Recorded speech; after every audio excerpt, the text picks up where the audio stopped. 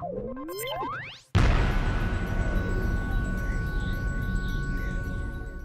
everyone, this is Aaron for Zollotech, and I wanted to just have a casual conversation on why I use iPhone.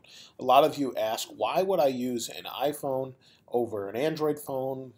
Not many say over a Windows phone or over a BlackBerry or whatever you use. Why would I use one? Well, there's really a few different reasons, and the main reason is everyone I know in my family circle, which is large, I have a pretty large family, every single one of them uses iPhones or Apple products for the most part. Now, some of that's my fault, as in I actually am kind of their own family IT person, and at one point got sick of Windows and fixing that all the time, so everyone's using Macs and iPads and iPhones, and it just makes it easier. So the reason I'm using this really is it's difficult to get away from things like FaceTime and iMessage when everyone has an iPhone. I can see when they're chatting back. I can see when they're FaceTiming me, obviously, and I can just easily use that. Now, you can do all of those similar things using Hangouts on Android, but since almost no one that I hang out with regularly uses Android, that makes that pretty inconvenient. So I know it depends where you live, who your friends and family are, and what they use, and that really makes a very big difference. And you can see my brother actually just texted me, and then I can reply, and it lets me know that he's read my message. I can see what time, and you can do that with Android just as well.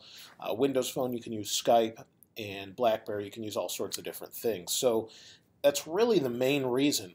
The other thing, too, is some people will say, don't I feel limited? And don't I feel like I could do so much more with Android?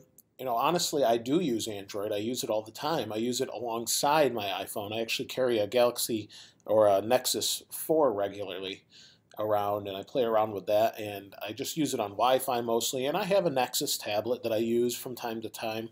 But honestly, I find myself using the Apple products most of the time just because they integrate so well together.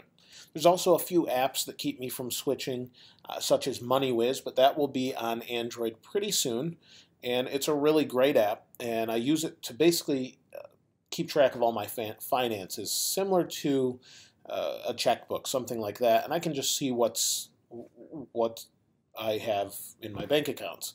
So that's pretty nice to use. And the camera is another big thing. It's very few and far between that you find an Android phone that has as good of a camera as the iPhone 5S. There are some, arguably, such as the Note 3, the Galaxy S4, S5 coming out, but I personally like the way the photos are on the iPhone 5S. I would like a bigger screen. That's one of my biggest complaints. I have huge hands, as you can see here. I really could use a bigger display, but it's not that big of a deal that it's going to make me not switch unless they never change it. So other than that, there's integration with other things. I actually have a lightning connector in my car. I just plug it in and it works great, and I can just control all of my music from my iPhone. Everything I have basically is around Apple that way. Now, I do have a Surface 2. I do have Nexus tablets. I even use Windows 8 from time to time, dual boot on my MacBook. So it's not that I'm not familiar with them. It's just what I personally prefer to use. It doesn't mean that iPhone is better at all than Android phones. There's lots of choice out there for Android, and I really like the HTC One. I love the Nexus 4. It's actually one of my favorite hardware phones ever. The Nexus 5 is okay, but I prefer the Nexus 4 hardware or the design, but I wish they would have given the screen to the Nexus 4 that the Nexus 5 has in it. There's lots of different reasons. I could go on and on and on, but that's really the main reason. A lot of you say I'm a fanboy. It's not so much that I'm a fanboy, it's just that it works well with everybody I hang out with in my family. I do like Android, and I think they're making some great changes.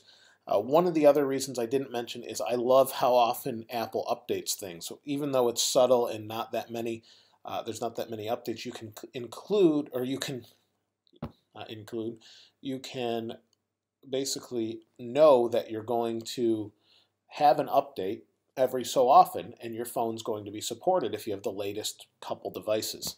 That's not necessarily the case on Android unless you have a Nexus device, but then you don't know how often they're going to update it anyway. Recently, they've been updating it pretty regularly, but that's one of the main reasons I haven't used Android in the past. So other than that, that's pretty much it. I do plan to do a live Q&A session on YouTube, so just wanted to give you a heads up for that.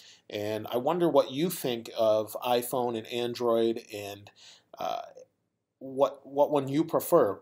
Please let me know if you've tried both of them. If you've only tried an iPhone, don't say that Android stinks because you haven't tried an Android phone, and vice versa. If you haven't tried an iPhone and you think Android's the greatest, well, try the other and then let me know what you think. If you think one is better than the other, fine. It's not really at the point anymore where one is that much better than the other. There's little features here and there that are better on one and better on the other. So let me know in the comments below. Let me know if you have any questions you'd like to see answered in a live session we'll do on YouTube. And be sure to subscribe if you haven't subscribed already. As always, thanks for watching. This is Aaron. I'll see you next time.